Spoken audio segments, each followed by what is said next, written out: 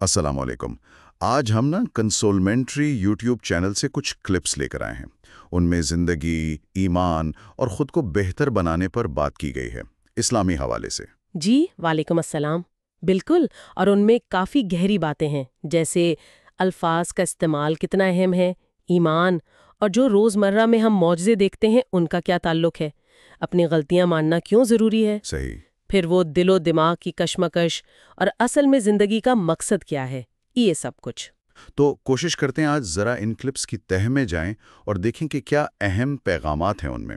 ایک جو بنیادی نقطہ مجھے لگا وہ یہ تھا کہ زندگی کی جو ضرورتیں ہوتی ہیں نا، نوکری، صحت، پڑھائی وغیرہ، جی ہم اکثر انہی کو اپنا مقصد بنا لیتے ہیں، جبکہ کلپس کہہ رہے ہیں کہ اصل مقصد یعنی اللہ کو پہچاننا، اس کی بات ماننا، وہ الگ چیز ہے۔ یہ کافی عام غلطی لگتی ہے نا؟ بالکل بالکل، اور شاید یہیں سے اصلاح کا کام شروع ہوتا ہے۔ کلپس میں یہ بھی ہے کہ جب تک ہم مانتے نہیں کہ ہم سے غلطی ہو رہی ہے، تب تک ہدایت ملنا بھی مشکل ہے۔ لوگ کیا کرتے ہیں کہ اپنی غلط باتوں کو فیشن کہہ دیا، انٹرٹینمنٹ کہہ دیا، اچھا۔ جی ایسے نام دے کے خود کو ٹھیک سمجھنے لگتے ہیں۔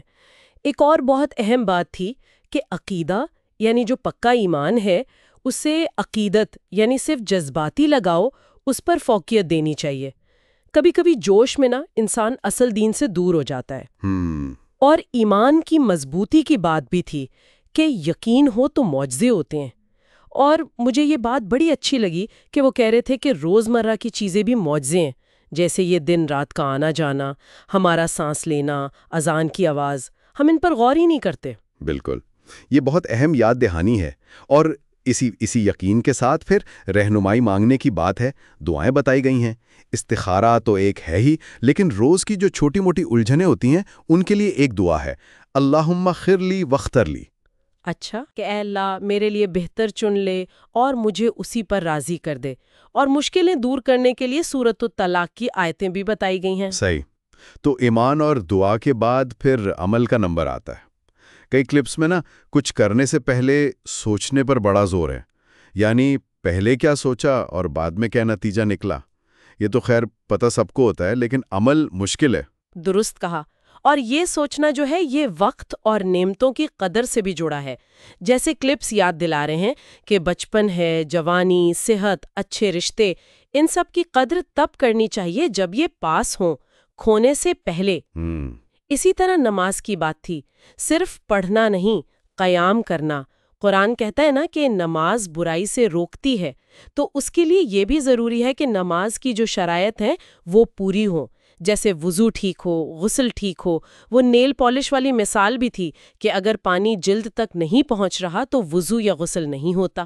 ہاں، یہ ظاہری شرائط تو ہیں ہی، لیکن وہ ایک اندرونی کشمکش کا بھی ذکر تھا، دل اور دماغ کی۔ خواہش کچھ کہہ رہی ہوتی ہے، عقل کچھ اور، کبھی خوف ہوتا ہے، کبھی ایمان۔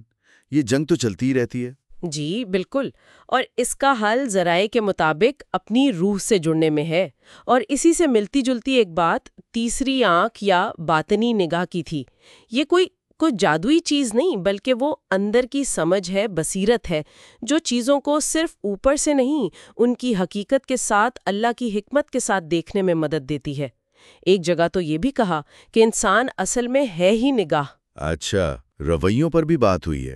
صحت کتنی ضروری ہے، کیونکہ صحت نہ ہو تو عبادت بھی ٹھیک سے نہیں ہوتی، کوئی نیک کام کرنا مشکل ہو جاتا ہے، اور بد پرہیزی کو بھی ایک طرح سے گناہ کہا گیا ہے۔ جی، اور بات چیت میں، معاملات میں فوراً سے غصہ یا جواب دینے کے بجائے، ریئیکٹ کرنے کے بجائے سوچ سمجھ کر بات کرنا، رسپونڈ کرنا۔ اور یہ کہ مذاق کرنے میں اور کسی کا مذاق اڑانے میں فرق ہے، الفاظ بہت دیکھ بھال کر استعمال کرنے چاہیے۔ ایک اور اصول تھا غیر جانبداری کا، یعنی نیوٹرل رہنا۔ کوئی فیصلہ کرتے وقت، کوئی مسئلہ حل کرتے ہوئے، یہاں تک کہ دین کو سمجھتے ہوئے بھی اپنی ذاتی پسند ناپسند یا تعصب سے ہٹ کر سوچنا۔ اور ہر چیز میں توازن۔ وہ بارش کی مثال بہت اچھی تھی، کم ہو تو مسئلہ، بہت زیادہ ہو تو بھی مسئلہ۔ اس لیے دعا بھی سکھائی کہ یا اللہ نفع دینے والی بارش ہو، اللہم سیبا نافعا۔ صحیح۔ اور آخر میں وہ حضرت موسیٰ اور حضرت خضر علیہ السلام کا قصہ بھی یاد دلایا گیا تھا۔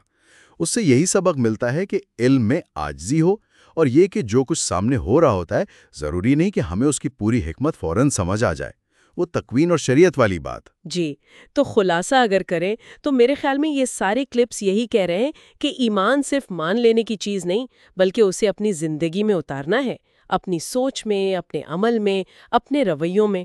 خود کو پہچانیں، نیت ٹھیک رکھیں، سوچ سمجھ کر چلیں، توازن رکھیں اور اللہ سے اپنا تعلق مضبوط کریں۔ تو یہ ساری بات چیت ہمیں اس سوال پر چھوڑ جاتی ہے کہ ہم اپنی دنیاوی ضرورتوں اور زندگی کے اصل مقصد میں یہ توازن کیسے پیدا کریں، اور کیا ہم واقعی وہ باطنی نگاہ پیدا کر سکتے ہیں جو ہمیں چیزوں کی اصل حقیقت دکھا سکیں۔